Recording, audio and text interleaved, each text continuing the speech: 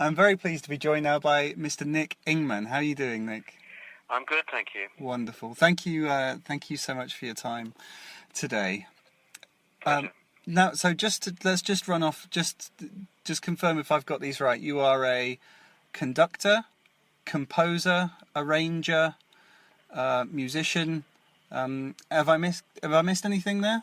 No, not really. I mean, orchestrator is kind of under the umbrella of arranger, but it's a fine distinction. Wonderful. Okay, and you are, as I say, this is the Oasis podcast, and the reason why I've seen your name. You're one of those names, if you're an Oasis fan, that you're aware of, because you are listed, and you're one of the very few people that are listed on as credited as being on Oasis albums and singles. So yeah, it's you're in privileged air, being one of those one of those people that actually do get a credit.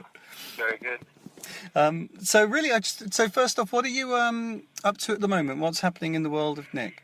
Well, I saw your question, James, and this is really awkward for me, but I am doing two huge projects, both of which I'm bound by some sort of weirdo confidentiality agreement. So I'm so sorry to disappoint that particular question, but I can't tell you is the answer. I'm sorry, that's rather a negative start to the chat, but what tends to happen in the music business now is that these projects start, and until they're literally in the shops, 6 months later, everyone's terrified. I think there's a kind of new paranoia with social media, because it's so easy to get things out there that shouldn't be out there, or prematurely out there anyway. So I have to honour that agreement. So I can't really tell you.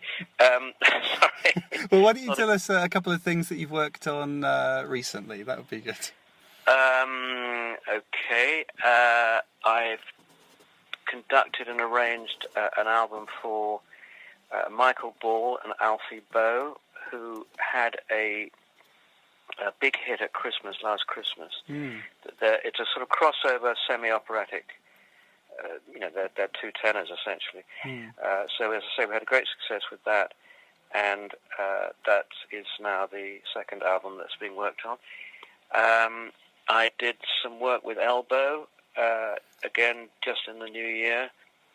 I saw that, on that new album. Yeah, that's fantastic. That's right. And the single that came off it had some of my work on it, and I worked on a campaign for a company called Wake the Town.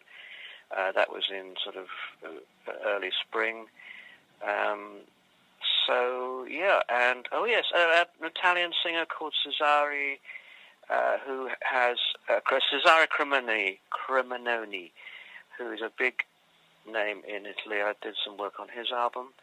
So yeah, bits and pieces. Very, very eclectic mix of things there, from Elbow Indeed. to TV to Italian singers to pop tenors. That's just, I mean, do you like that? Do you enjoy that eclectic nature of what you do? Yeah, definitely. Yeah, I mean, I think practically speaking, if I stuck with one thing, I wouldn't be working. The market now is so narrowed, and perhaps we can talk about that in a minute, but you can't really be a specialist, because there's not enough work to be able to do that.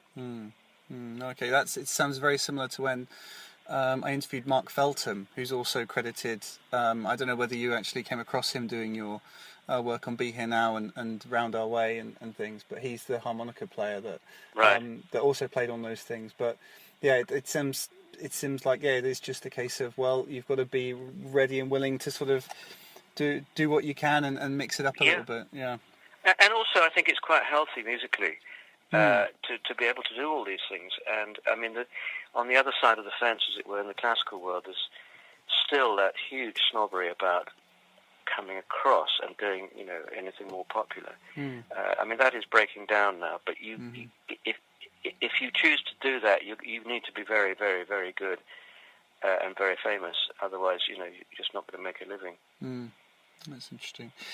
So I was just going to take it back, because I've read a few interviews with you in preparation for today, but I've never really dug into your sort of childhood in terms of what was really inspired you about, and what you first memories of music. Was it a musical household that you grew up in?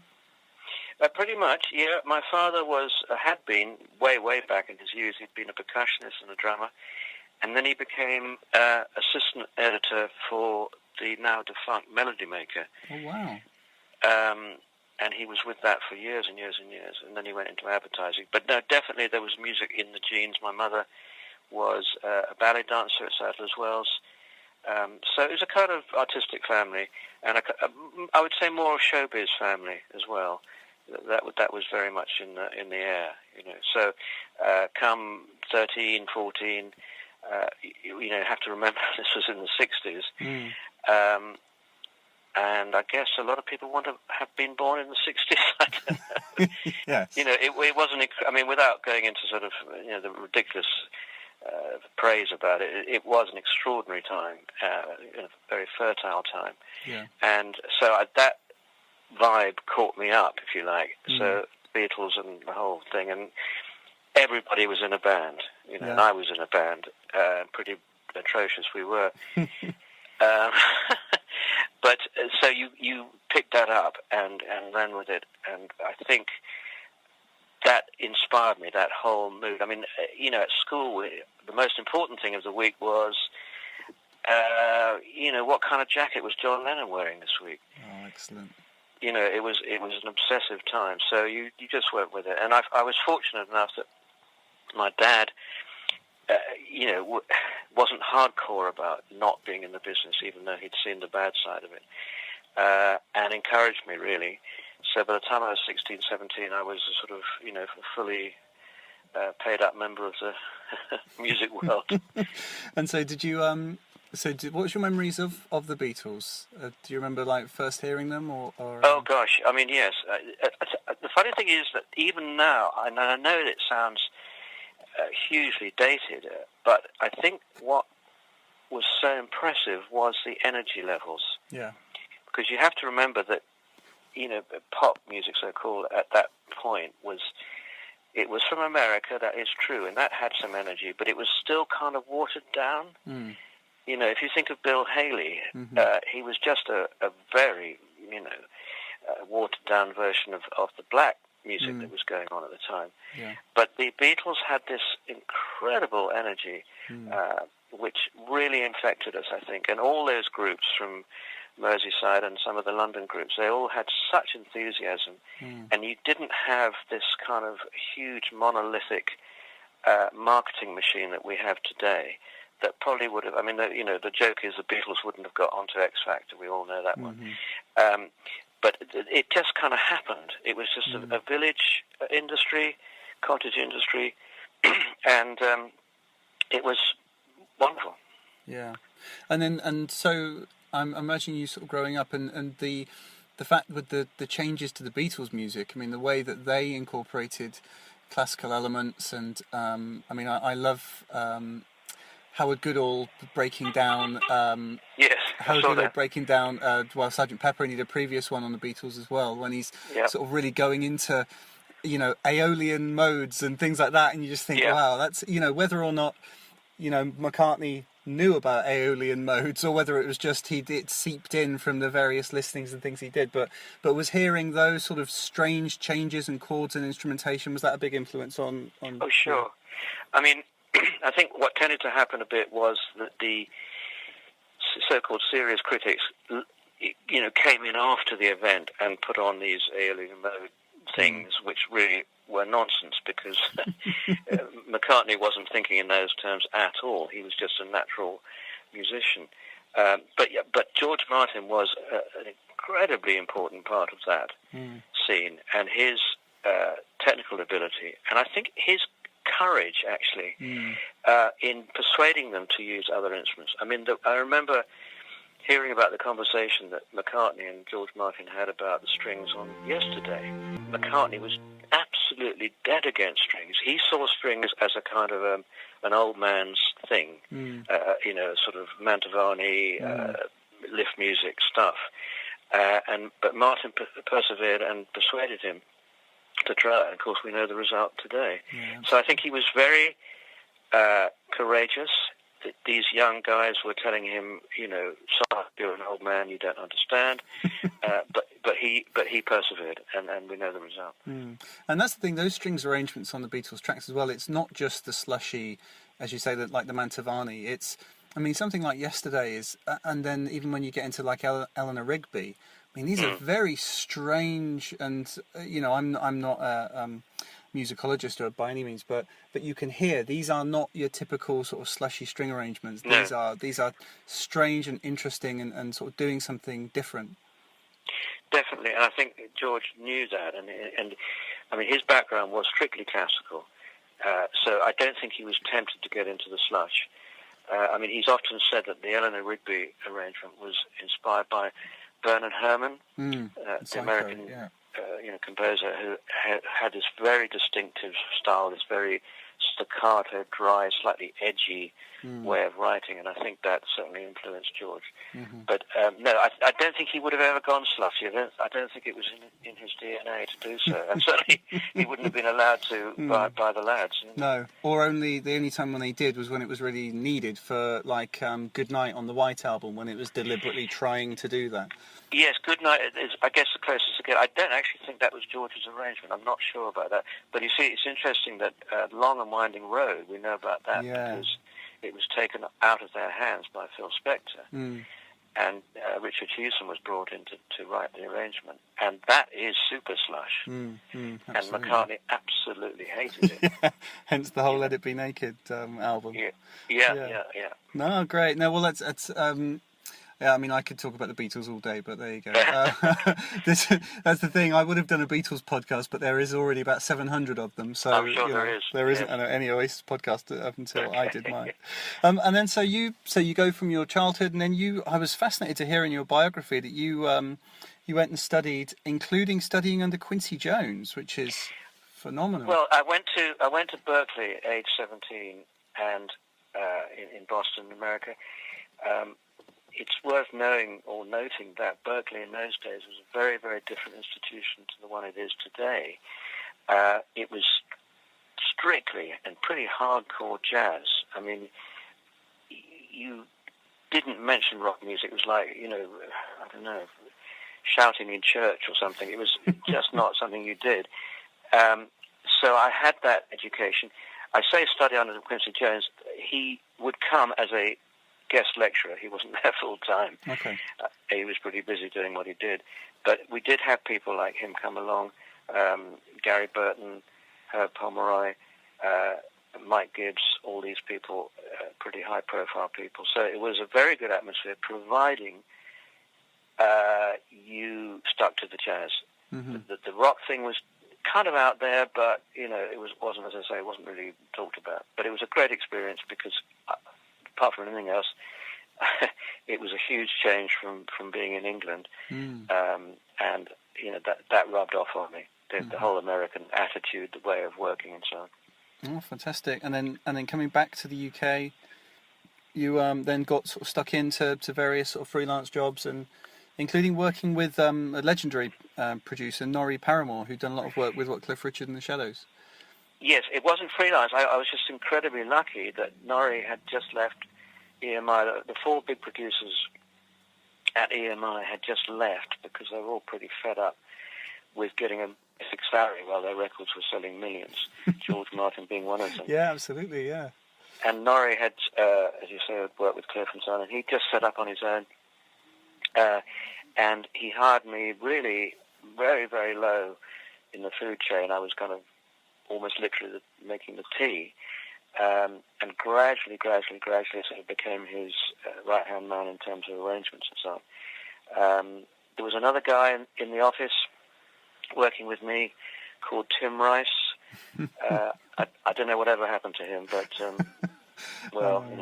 Well, yeah, I think he's done a few bits and pieces here and there. He's done a few bits and pieces. Yeah, he did that. He wrote some words for that Warthog song on that Lion film, I think. But I think he's done a few other bits and pieces. A few other bits. I don't know. He's probably disappeared now.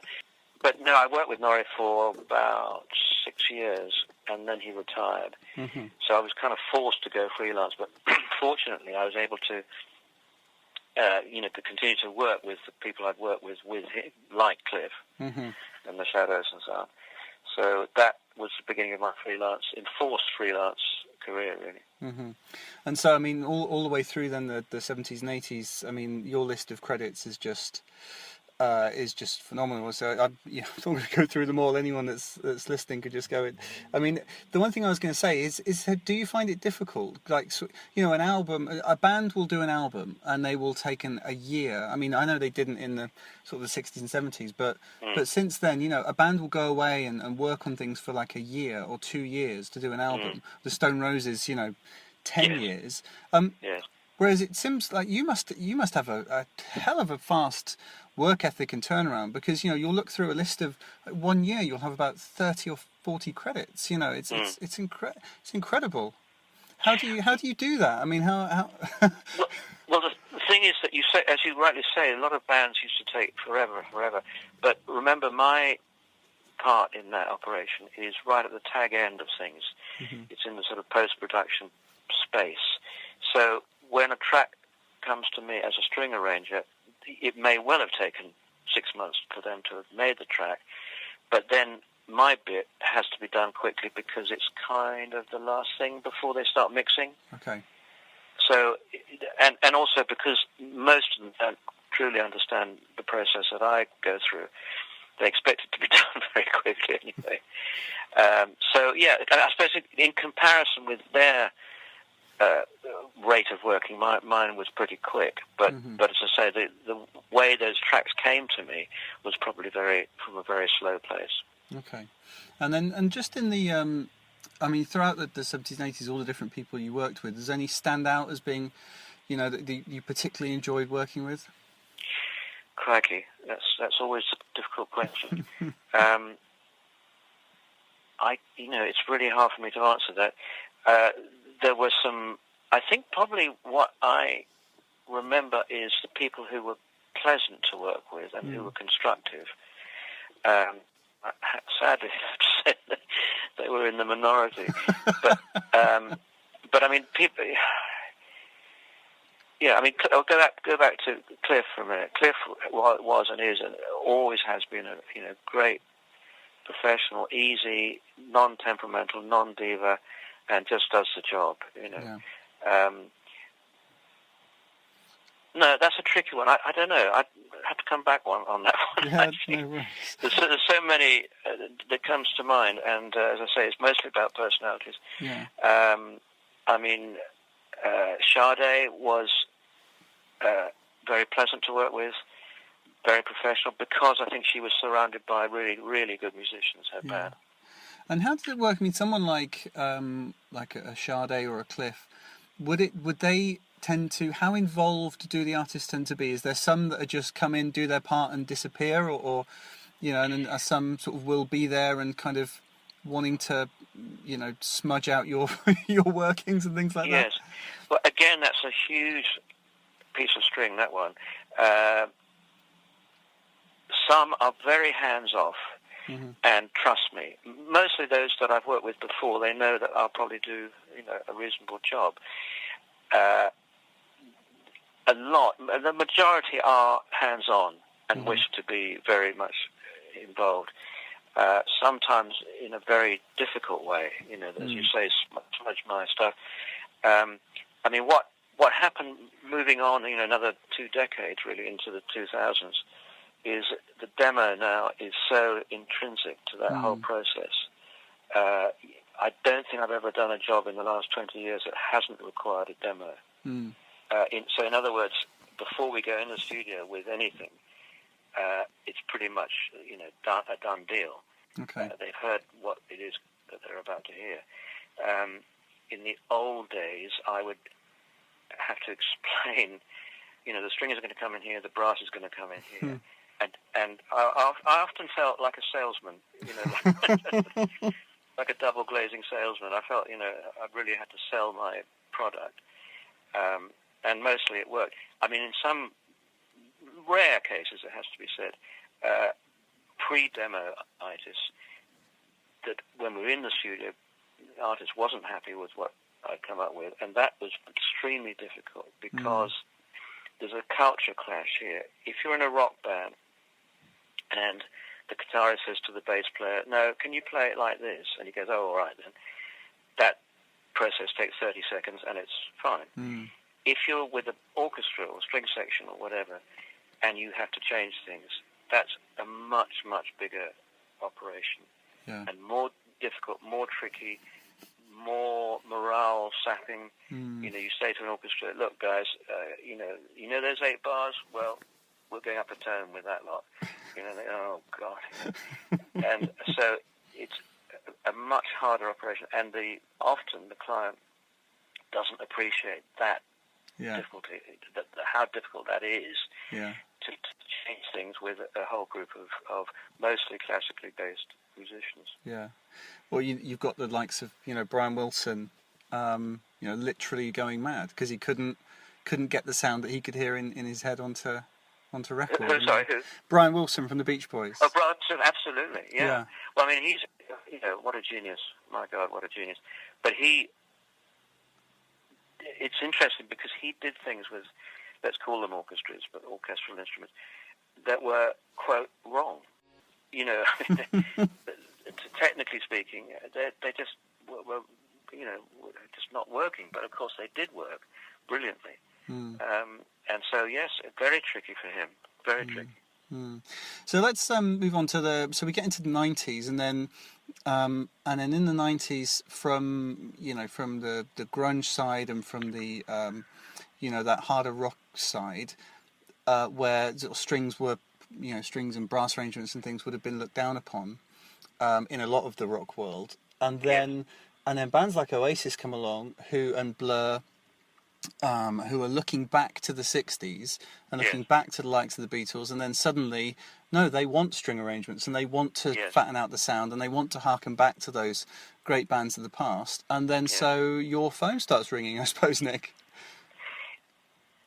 I would say it's almost single-handedly down to Oasis. Wow. And I'm sure Noel won't mind me saying this, but he absolutely loved the Beatles. Yeah. I mean, to a point of obsession. I mean, he absolutely loves them. And as you quite rightly say, you know, the hard rock bands were the hard rock bands, full stop, and they didn't want anything other than the 3 guitars and the drums. Noel wanted to reproduce the Beatles sound. I don't mean copy, but reproduce the vibe that was there. And when I first met him, essentially what he wanted me to do was to be George Martin. in an arrangement sense. Wow. I remember when I first met him, I can't remember, there were all sorts of discussions, but he did say to me at one stage, "Can I get the musicians who actually played on such and such a Beatles record?" Which was tricky because most of them were dead. Yeah. But that was his level of involvement, that he really, really wanted to do that. Yeah. And it was him. I don't sense that Liam was that involved at that point, and certainly not the other members of the band. It was definitely Noel driving. Yeah. And so when had you heard Oasis, had you heard them before you got the call to come and work with them? Kind peripherally, not majorly. I was aware of them as a up and coming rock band, but they were, they weren't centre stage at that point. They were just a good, slightly edgy, very much rock and roll band, So no, I didn't really know much about them. I got the reason I got the call was it's a convoluted route, but the main orchestral contractor in London was and still is a lady called Isabel Griffiths, and she books orchestras for films and so on. And she got a call from Creation Records saying that they wanted, and they didn't really know what they were saying, but their client, Noel, wanted this thing called strings. Didn't really know what that word meant, Just, oh, blimey, what's Noel up to now, What do you want, Noel? I want strings. All right. How the hell do we do that? I don't know.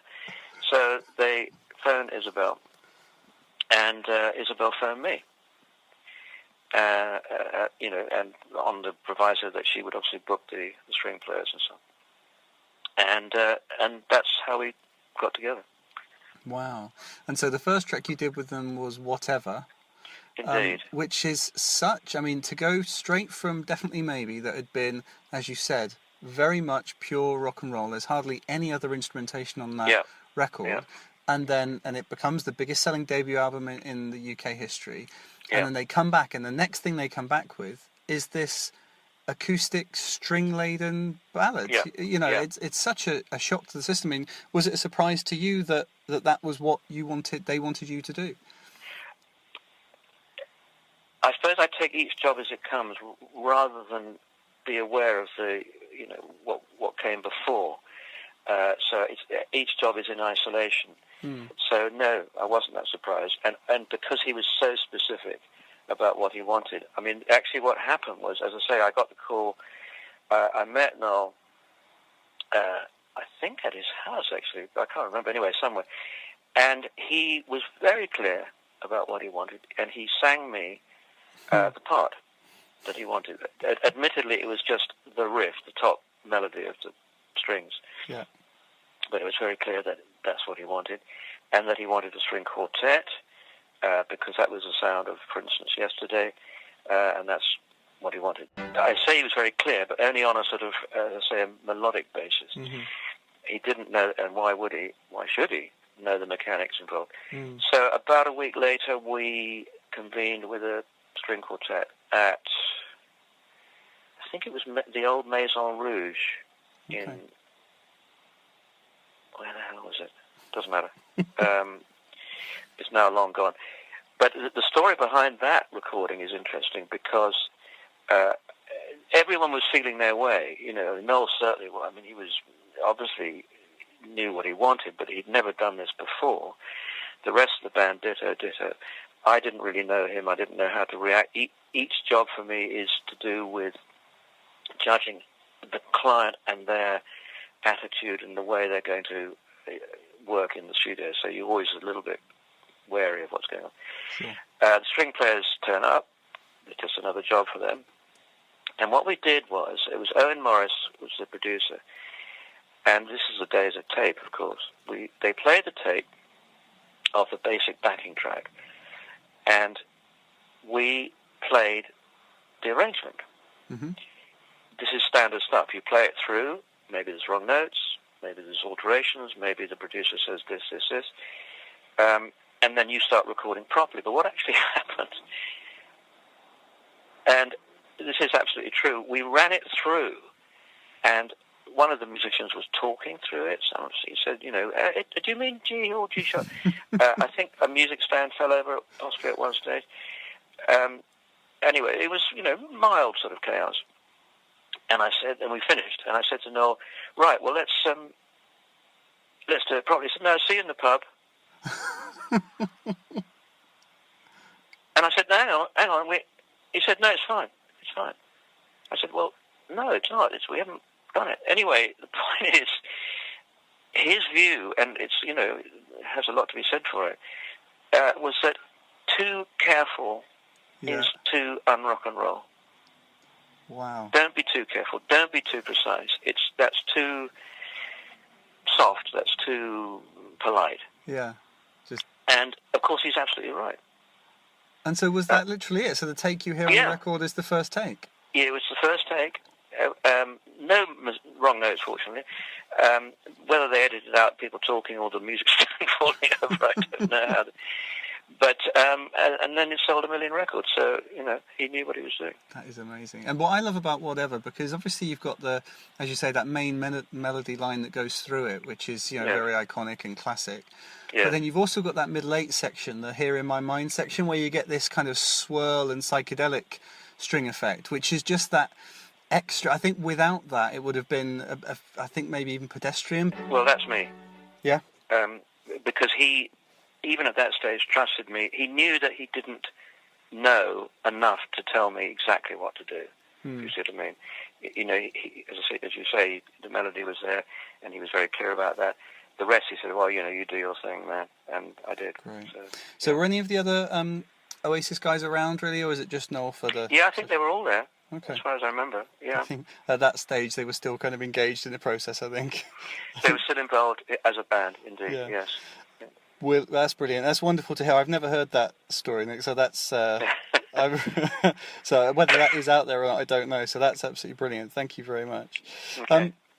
And then, so we're moving on to the other bits and pieces. Now, I've never known. So the Wonderwall single, you are credited on the Wonderwall single, but I don't know what that relates to because you're not credited on the What's the Story Morning Glory album. So, so the Wonderwall single features Wonderwall, Round Our Way, and the Masterplan. Can you just clear up what your involvement was on it on any of those tracks? Well, Wonderwall is actually a bit of a mystery to me as well, because it sounds to me like a mellotron. Okay. It sounds like a solo cello mellotron. It's possible, because it's a single line cello thing, Yeah. it's possible that Noel, and he would have been totally within his rights to do this, again rang up Isabel and said, "Can I have a cellist?" And then sang the tune to that person. There was... I was never clear exactly what happened there. Okay. And I still don't know. So I can't really clear that up. But I don't remember, and I do remember this is an awfully long time ago. Of course, yeah. I don't remember necessarily being involved in that one. Now, what's the other title? So the other ones were, there's Round Our Way, which is the very bouncy song with lots and lots of brass on it. Yes, indeed. So, and Masterplan. And then the Masterplan, which is obviously... No, they were definitely much more straightforward, and I did those, certainly. I think by this stage, Noel pretty much left it to me. He may have said, here's a little riff here and there, but by this time, I think possibly because of the success of the first thing, he was, feeling comfortable with me doing my thing. Yeah. So, in terms of, credits are, a minefield, to be honest. They're so often wrong, so often incomplete, so often misspelt. I think credits are to be treated with great care. They're very, very rarely an accurate portrayal of what actually happened. No, well, that's really good to kind of be able to get that cleared up, really, because I just didn't know. Sorry, to give you an example, this is a bit of a going off on a tangent for a minute, but there's an organisation called PPL who collect royalties on behalf of musicians who play on pop records, and they have an incredibly complex and intensive research department going into exactly what we're talking about. Did so-and-so play on such and such record? And the only way they actually find out is certainly not on record sleeve credits, because they're so wrong, but actually ringing up, Noel Gallagher or Earl Morris and say, who was the bloke that played trumpet on this track? Yeah. What was his name? What was his address? That's the precision that you need to actually ascertain who did what. No, that's great, and that's the thing with because the Beatles obviously have been analysed to the nth degree, so that we do know every single one. They've gone back to the masters and they've done it, but I don't think that's the thing with the likes of Oasis, even as popular and as huge as they were. There just hasn't been that that forensic level of breaking it down, or at least not maybe in the sort of the PPL world, but not in the in just the there hasn't been a revolution in the head level book or a tune-in level book written about the likes of Oasis, say, for instance. So. I think because the Beatles were almost immediately under the spotlight. Yeah. From the off. Unlike Oasis, who kind of crept in, and the early stuff wasn't much looked at that point. It was, of course, much later. The other thing, of course, is that technology means that, I suppose like the Beatles, but certainly with Oasis, a lot of the tapes were wiped, or lost, or thrown away, or so the sense of history certainly wasn't there. It was just a piece of material to be got rid of and reused. I know, which is just heartbreaking when you think what's been lost over the years. But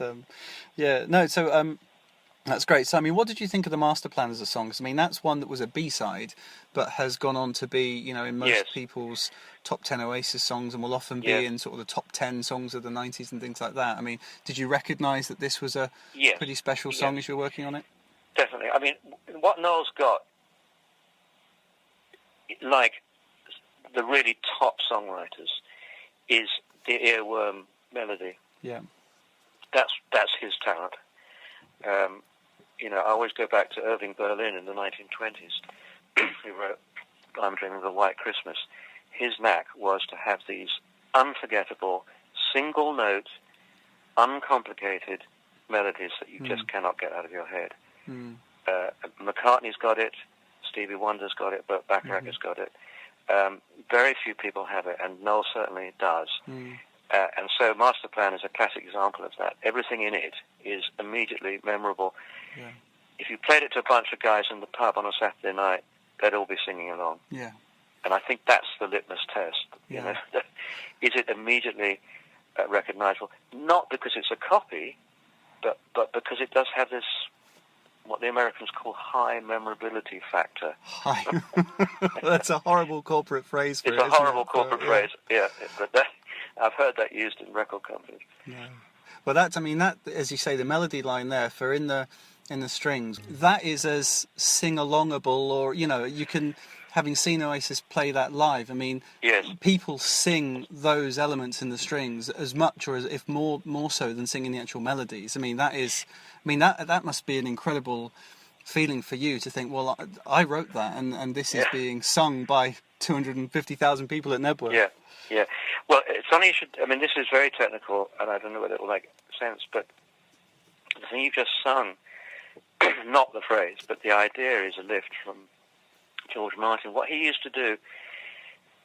This is as technical; it may not be completely understandable. But if the piece, if the song is in 4/4 and it's going jing jing jing jing jing jing jing like that, what he used to do very cleverly is against that on the strings. He would write a triplet phrase. So if the song is going chung chung chung chung chung, he would suddenly in the middle of that go dum dum dum dum dum dum. I don't know the first song he did that in. It may have been even Sgt. Pepper title song, but anyway, it's a very clever device because I think it's was it Strawberry Fields? And I didn't copy the notes, but I copied the intention. Yeah. And it's very noticeable. Yes. No, that's brilliant. I love all that. Let's say that's what I call the Howard Goodall stuff. The nitty gritty of why, because words can only do so much, can't they? And you're trying to explain music, and it's the English language just isn't good enough to actually explain it. And Often. I just love that. I love to actually go, well, no, what's happening? What is the chord change here? Sure. What's that swell that moves you? What's the chord change that lifts your spirits or makes you feel nostalgic or something? And and tracks like the Masterplan just have that in droves. And the thing is that the cliche is, and I'm afraid it's true, there's nothing new. All these things we're talking about are hybrids. I mean, there's a copy of the string arrangement of Yesterday. It's in a frame in the main hall up at Air Lyndhurst, which was George Martin's studio. And this is actually the piece of paper that George Martin wrote the arrangement. Wow. And at the top it says, Yesterday, arranged by George Martin, Paul McCartney, and Mozart. Yes. And it's half funny, but it's half true, of course. Yeah. That he couldn't have written that arrangement if Mozart hadn't done what he did 300 years before. Yeah. So all these things are hybrids. There's nothing new. It's just how you put them all together. No, absolutely. Great. And so by the time they came back to you to do those, the Masterplan and Round Our Way, they'd already had this huge success with Whatever, and then also the success with the album. The album had been out, I think, by that time, the Morning Glory album, which had obviously, definitely maybe had been huge, and then Morning Glory had just gone completely stratospheric. I mean, was there a difference in them as people, or in like the level of entourage, or that side of it, or was it relatively the same? Certainly entourage, more of, yes. I think more acceptance by the record company of a budget. Okay. Not so much. Do you really have to have one more violin or whatever it was? So it was a much freer budgetary situation, and jumping ahead on all around the world where we had a huge orchestra. Mm-hmm. I don't certainly think that would have been signed off if they hadn't had the success. And of course the other element, which I'm very unwilling to talk about, was that there was another person in the room, if you like, another element in the room. Yeah. Do you understand what I mean? A chemical element. A chemical element. Okay. Which was very much part of the environment at that point, and certainly made certain decisions. Perhaps that wouldn't have been made. I don't know. That's a tricky one for me to talk about because it's probably libelous. But I have to be careful on that one. But I think most people accept it. I mean, Noel's been very, they've all been very open about their certain excesses throughout that period, and Noel will say, and he's actually been very down on Be Here Now as an album. Yes. These years later, which I think frustrates a lot of Oasis fans because, I love Be Here Now, and I love the excess of it. I love all the over-the-top, whether it's the strings, the horns, the 17 guitar parts, the 8-minute-long songs.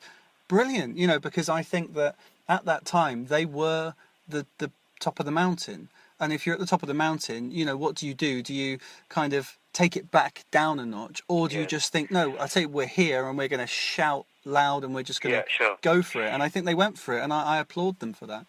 I think everything you're saying is correct, and I can understand Noel's reticence today because, and I keep going back to this one track because it's in my head, but all around the world.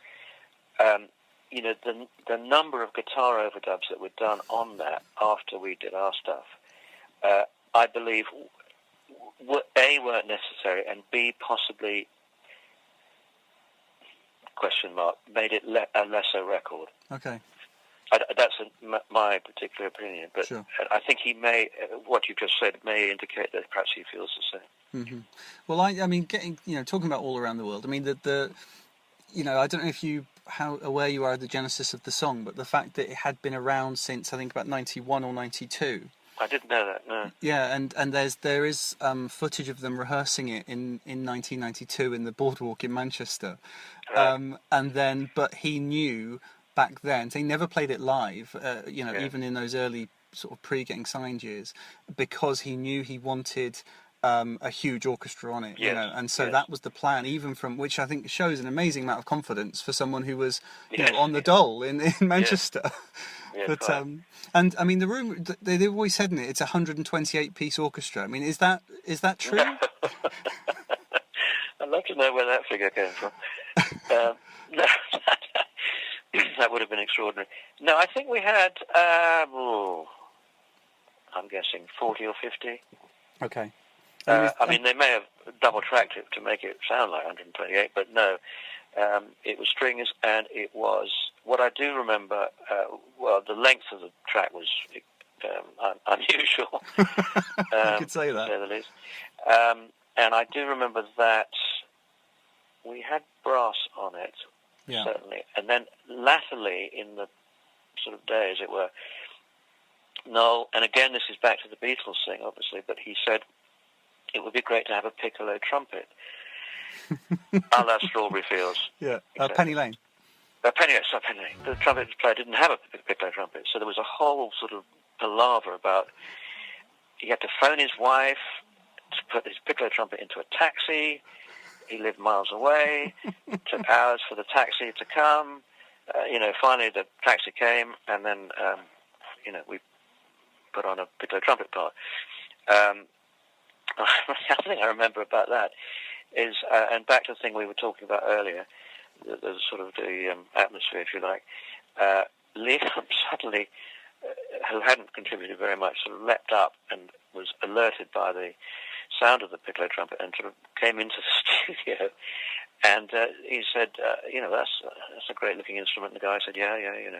And I mean, as you know, instruments to a musician are like children. Yeah. They're so precious to them. And so Liam said to the guy, "Can I play it?"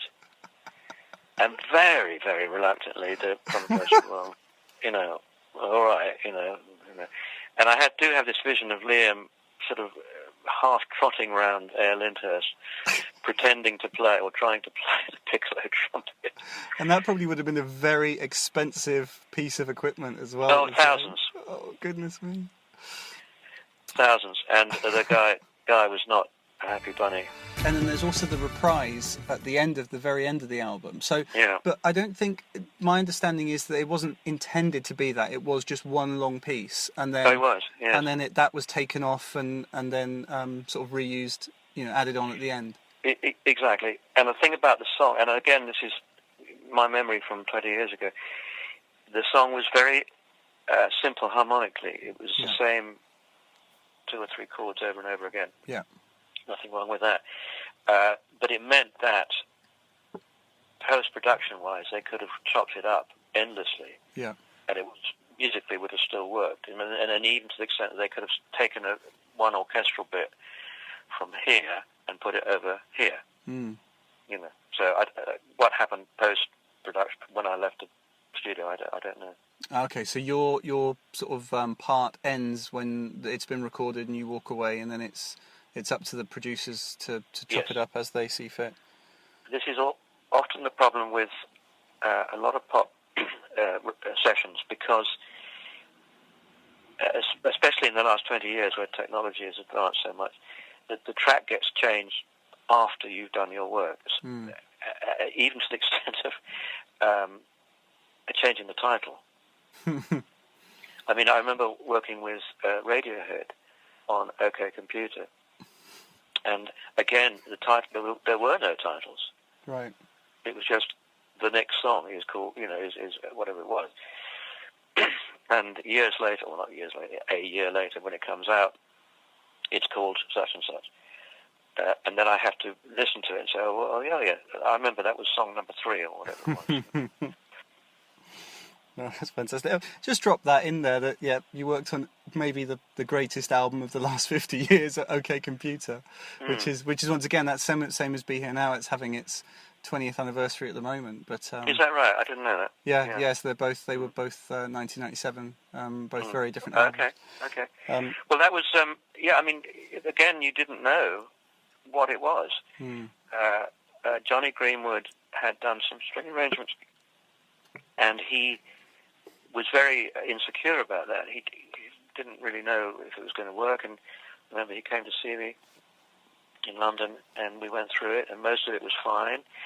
I made some suggestions, we changed a couple of things, excuse me, and then we went to Abbey Road and did the strings, and they did change quite a few things, on the day. As I say, back to my previous comments about people changing things on the day, that's okay, and I think most of this was fine.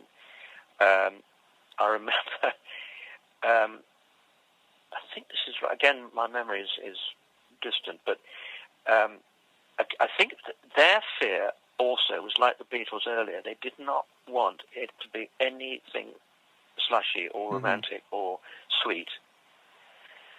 And one of the ways they prevented that happening was to make the recording sound very small, in the sense that any engineer worth his salt will make things sound big, as big and powerful and deep as possible.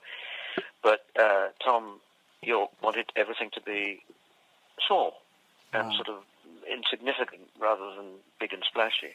And I remember that conversation going on in the control room. Goodness. And well, obviously he was right, because as the result was as we know. I think the other thing we did was I think we had some time at the end of the session, and they said, well, can we do anything else in the last 20 minutes? And there is a sort of library, I put the word in quotes, of string effects that string players can do, funny noises basically. And they're pretty standard, and they all know, if I say, can you do it like this? understand what I mean. We did a whole bunch of completely random string effects, which I think ended up in bits of the album. Oh, really? Yeah, and I remember, and back to PPL. PPL did a lot of investigation into OK Computer because it was such a huge album. Yeah. And even they couldn't really ascertain what had been used on what track, you know. But there's no question there's some funny noises that we created out of literally nothing. Wow. That ended up on the album. Well, I think that's. I mean, so that was Nigel Godric producing, That's wasn't right. it? Who I think is, one of our finest producers as well, and his stuff always has such an atmosphere on it, doesn't it? That he with percussion as well. His percussion's always fascinating, I think, on whatever he's done. So, yeah, very creative. Yeah. No, that's brilliant. And then so I mean, so you've then so Be Here Now. You worked on. Oh, the only other one that I just wanted to mention was there's a track called Going Nowhere, which is a B-side that was around the Be Here Now sessions. That I don't know if that rings any bells with you. It's very Bacharach horns. Yes, you mentioned that in your email, and I have to say I have absolutely no memory of it at all. Not a standout track in my head. That's okay. For sure. No, well, I was just going to. The point I just wanted to make about that is that it's very Burt Bacharach. Yeah. You know, he was almost equally into Bacharach as he was with the Beatles. Yeah. And they actually worked together, didn't they, at some point? Yeah. But so that may have been Noel saying to me, "Be Burt Bacharach." Yeah, and you can just pull that from your kind of mental mental filing cabinet. I mean, there's when you get a brief, you normally get, can it sound like X? Mm-hmm. So you have to know how X is constructed. Mm-hmm. If it's Tamla Motown, it's this. The funny thing is, I think for many years after Oasis, a lot of my brief instructions were, can you make it sound like Oasis? Wow. Which is odd because that was, can you make it sound like the Beatles? Yeah, so, of course. Yeah. and even to the extent, I think that later on, Noel did ask the string players to play hard, to play tough, play very rock and roll, if you like. Yeah. And I think for many years afterwards, I'd say to the string players on a different project, "Hey guys, Oasis." Yeah. And they'd know what I meant. In other words, fantastic. Play hard, play no, gentleness, just go hardcore. Just go for it. That's fantastic. That's great to hear. One of the other listener questions actually that came in about Be Here Now, which I don't know about, is where are we? Oh yeah, this is from Dupy, who's on the Forever Forum. Whatever happened to the orchestral pieces that were supposed to be in between the songs in Be Here Now? I saw that question. I don't know. So does this exist? Were they recorded? This is where the memory goes. I don't know. It rings ever such a faint bell. I wonder where he got that info from. I couldn't be accurate about that because it's such a vague memory. It rings as a very, very slight bell. It could have been that they cut up the main string pass. Mm-hmm. I don't know. So I'm sorry, I can't help on that. No worries.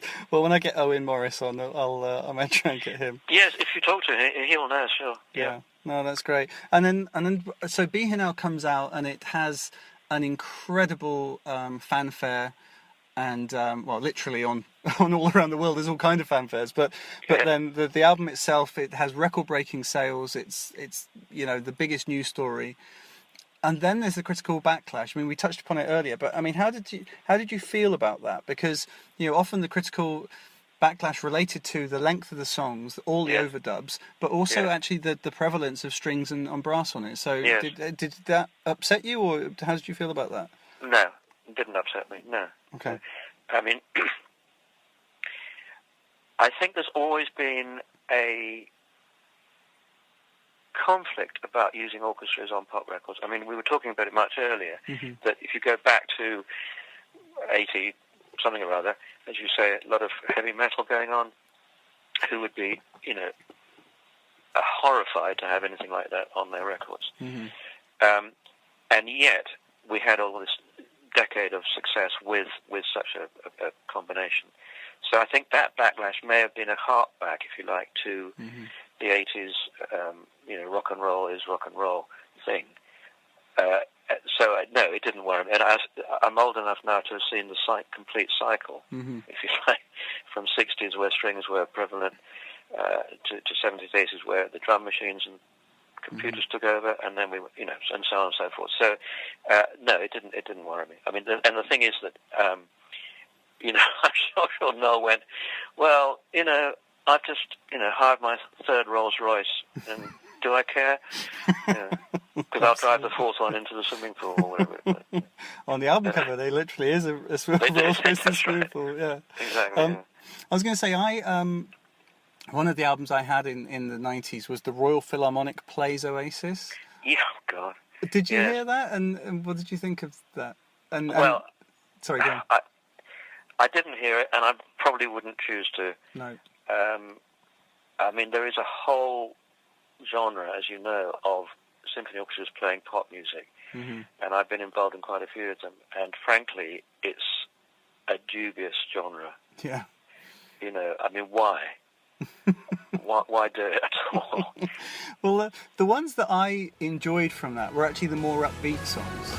With the guitar parts being played by brass, it's got quite a good swing to it and things like that. But I kind of found it pointless, like things like Whatever that are effectively a string track anyway. Yes. You think, well, what have you added here? You've just taken out the vocal and added the melody line on a violin on the it's. I just thought it was kind of pointless. You have to hold my hand up. As I said, I've done many of these, so I'm not an innocent. But why is the big question. And I think the answer why is that record companies are in big, big trouble, and their income stream is way down. You mentioned in one of your questions about streaming and so on. They're in big trouble, and ditto, the orchestras, the already formed symphony orchestras, are in big trouble. Their income is way down. Their attendances at orchestras, concerts are way down. And, if the management is sitting around going, oh, blimey, what can we do? We just cannot make another set of Beethoven symphonies. It's, saturated, that market. Why don't we do Oasis, blah, blah, blah. And you can see where that comes from as a marketing tool. But musically, I think it's an empty thing. No, that's right. And as we said, I mean, the impact of technology and the fact that, I mean, you said kind of in the 90s, suddenly your budgets had increased working with these bands, and obviously that they were, even sort of the mid and small, smaller and mid-sized bands like, you worked on things like Nuisance by Menswear and albums like that. But now it feels like it's stripped back again, maybe because of the album sales just aren't there anymore with streaming. I think what happened was that with the introduction of CDs, and you'll probably give me a date when that really started to take off, but in the 80s, the record companies couldn't believe their luck because they were issuing all their back vinyl catalogue on CD with virtually no cost. So, they were suddenly making millions and millions and millions for very little input, and they couldn't believe their luck. And so, some of the excesses in the 80s were just extraordinary. I mean, in terms of overspending and ridiculous spending, hiring a jet to take somebody's guitar to New York, all those apocryphal stories. So there was a violent backlash against that when the CD income stream basically dried up. And as you say, 90s and certainly the 2000s, wow, they got a reality check. And now add people not paying for money, not paying for music. No. Ask the average 16-year-old, when did you last, quote, buy a record? They look at you like you're mad. So they're in, as I said earlier, they're in big trouble. It's one of the first things to go is things like orchestras on records. And I think the marketing monolith that is the Simon Cowell phenomenon, has further narrowed it down so that record companies have to have a marketing angle before they even put their foot in the water. Sure. And what do you think about people doing, I was talking to another record producer, and I sort of, I put my foot in it a bit, and I sort of said, GarageBand is fantastic, isn't it? You can create these, these evil daggers across the table. I thought, Yeah. I mean, what's your view on people, producing, strings synthetically on their laptops at home? Well, it's inevitable. Mm-hmm. It's absolutely fine. I mean, it gives me less work, but there's nothing I can do about it. It's technology, and the thing is about samples is they're getting better and better all the time. I mean, the game I play with myself, if I hear a new record on the radio, and there's quote strings close quote. Now, what is that? Is that real play? I don't know. Is it the Vienna Library again? Oh yes, I know that riff. So there's nothing you can do about it. And I think the consumer neither knows or cares whether it's real strings or GarageBand or whatever it is. So he may give you daggers, but he is where he is. No, that's fine. Great. No, it's just really interesting, and I'm very excited to hear what these things that you're working on are that you're not allowed to tell us. Well, I'm sorry to be so coy about it, but paranoia rules. No, that's understandable. I mean, the other thing we didn't touch upon really is you've done TV themes. I mean, like famously Keeping Up Appearances, for instance, was one of yours. Is that right? Yeah. God bless it. Yeah. So and things like that are just just part of the fabric of British society. So and then the other thing on sort of the film, I know you've done quite a lot of film composing work, whether it was like Mrs. Brown and things like that. I mean, that's once again, is that something that working with like a longer piece, versus your sort of 5-minute pop song kind of thing? Sure. Is that a very different way of working for you? Film music and pop music, although they should be cousins, are really so different. The way it's worked, the financial aspect, the creative aspect, the process itself, it's so different. As you say, a 5-minute pop song is reasonably containable. 45 minutes of orchestral music on a film is very different. Partly because of the scale, partly because of the money, but also the number of people involved. On a pop record, it's probably the producer, it may be the artist like Noel Gallagher. That's probably it. On a film, the old joke is that on a film session there are more people in the control room than there are in the studio. That must be fun.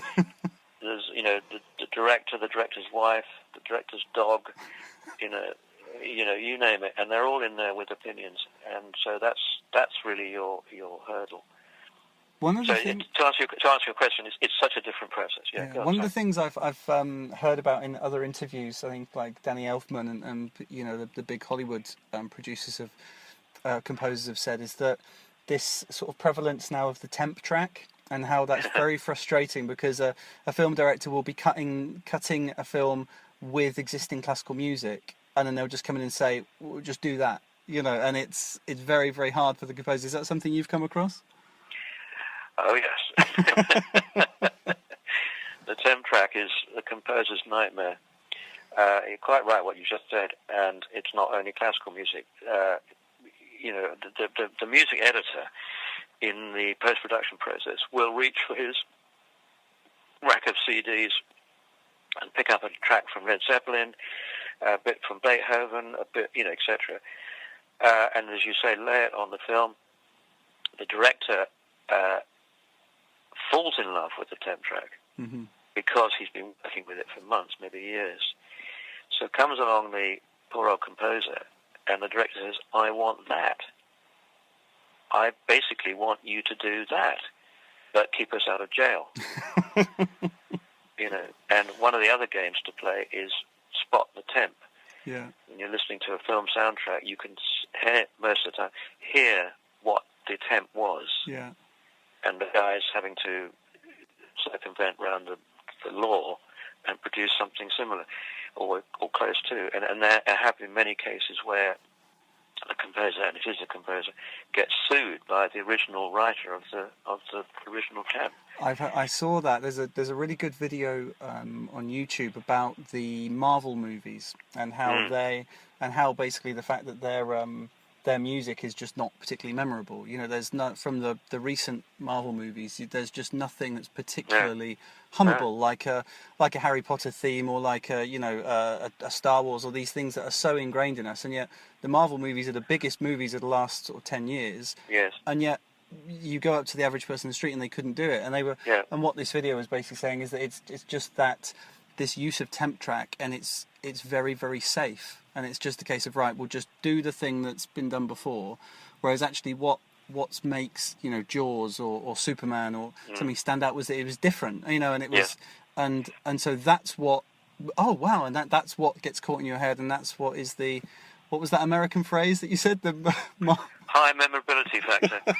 Yeah, I mean, the thing about temp is it's eating itself, because what happens is that often they will temp a score, or temp a film, with the composer that they're about to hire's previous work. Oh dear. So in other words, the guy comes in and has to write what he kind of wrote before. So you'll say it ends up being this kind of, frankly, bland mush. Mm. The other thing that's happening is that, and this actually happened with a film called Gravity. Oh yes, yeah. And you're going to tell me the composer's name? I don't know off the top of my head, but anyway. But the point was that the original composer was fired for reasons we don't know, and the music editor was brought in, whose speciality was sound design. Okay.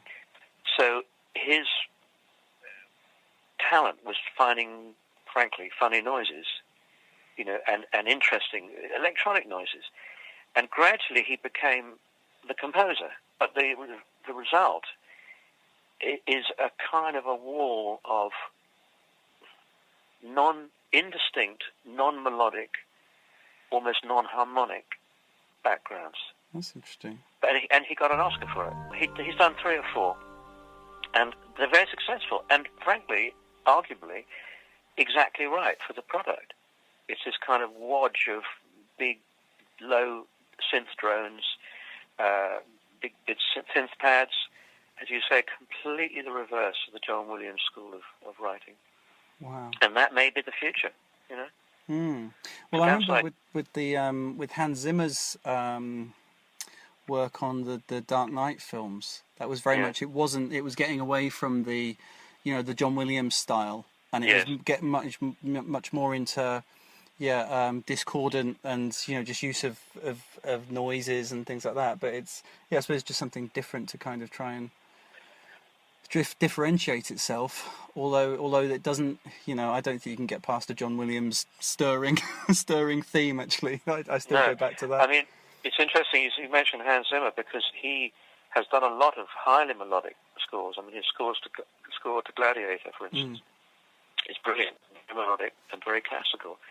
But maybe he's under pressure. You don't know. The film companies say that we want this. I mean, what's interesting on the television front is I've not heard for a long time a drama on any channel that has a acoustic traditional classical sound score. Really? It's nearly all electronic now, and that's fine, and it works, and it's very effective. Mm-hmm. So you do wonder where that's coming from, whether it's pressure of money because electronic scores are so cheap to do, or whether it's a fashion thing, or whether it's just temp tracks. Who knows? Sure. No, that's brilliant. Well, I could talk to you about music all day, Nick, but I'll let you get on. I mean, the one thing I was just going to say, so you didn't work, I'm not aware that you worked with Oasis after Be Here Now. Is that right? I don't think so. That's right, but I don't know what they did orchestrally after that, if anything. I don't know. Not a huge amount. I don't think the later albums off the top of my head, there's nothing that jumps out as being particularly orchestral. It did No. it did strip back a lot to, the especially the next two albums were very much more stripped back, and then Yes. the last album, Dig Out Your Soul from 2009, had a bit more kind of electronic sort of productions rather than orchestral. So, yeah, I think that's to be understood, and it could be that he'd had enough of that, that out of his system. sure. And not exactly fallen out of love with the Beatles, but he'd done that bit. Now let's move on. And maybe the backlash on that thing that you mentioned, that affected him.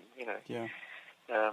Because I think they started to, the two brothers were such loggerheads. Maybe the thing was kind of falling apart anyway.